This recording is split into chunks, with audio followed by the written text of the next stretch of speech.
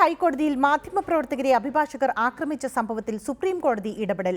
ഹൈക്കോടതിയിലെ media room തുറക്കാൻ supreme കോടതി ചീഫ് ജസ്റ്റിസ് ടി.എസ്. ഠാക്കൂർ നിർദ്ദേശം നൽകി.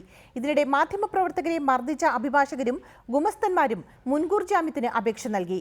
എന്നാൽ സംഭവത്തിൽ ജുഡീഷ്യൽ അന്വേഷണം അനിവാര്യമാണെന്ന് KUWJ ആവശ്യപ്പെട്ടു. കേരളത്തിലെ മാധ്യമപ്രവർത്തകർക്ക് നേരെ അഭിഭാഷകരുടെ നേതൃത്വത്തിൽ നടക്കുന്ന അക്രമങ്ങളെക്കുറിച്ച് KUWJ സംഘം സുപ്രീം കോടതി ചീഫ് ജസ്റ്റിസിന് പരാതി സമർപ്പിച്ചു. സ്വതന്ത്ര മാധ്യമപ്രവർത്തനം ഉറപ്പാക്കുമെന്നും ഹൈക്കോടതിയിലെ മീഡിയ റൂം തുറക്കുമെന്നും ചീഫ് ജസ്റ്റിസ് ടി.എസ്. ഠാക്കൂർ ഉറപ്പു നൽകി. മാധ്യമപ്രവർത്തകരെ ആക്രമിക്കുന്ന അഭിഭാഷകരുടെ നടപടി ആശാവഹമല്ല. പ്രശ്നപരിഹാരത്തിന് ഇടപെടാൻ സുപ്രീം കോടതി ജഡ്ജി കുര്യൻ ജോസഫിനും കേരള ഹൈക്കോടതി ആക്ടിംഗ് ചീഫ് ജസ്റ്റിസിനും ചീഫ് ജസ്റ്റിസ് ടി.എസ്. ഠാക്കൂർ നിർദ്ദേശം നൽകി.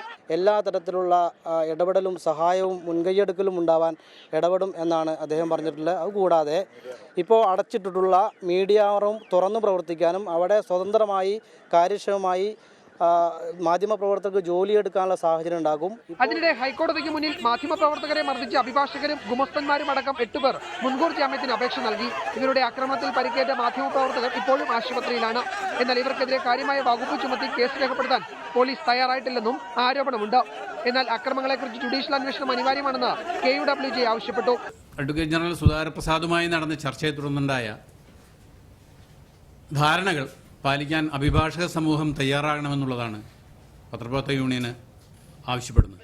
അതേസമയം സംസ്ഥാന സർക്കാരുമായി അടുത്ത ബന്ധമുള്ള എറണാകുളം ജില്ലയിലെ മുതിർന്ന അഭിഭാഷകനാണ് അക്രമം അഴിച്ചുവിടാൻ മറ്റഭിഭാഷകരെ പ്രേരിപ്പിക്കുന്നതെന്ന് ആക്ഷേപം ശക്തമായിട്ടുണ്ട്. News desk reporter.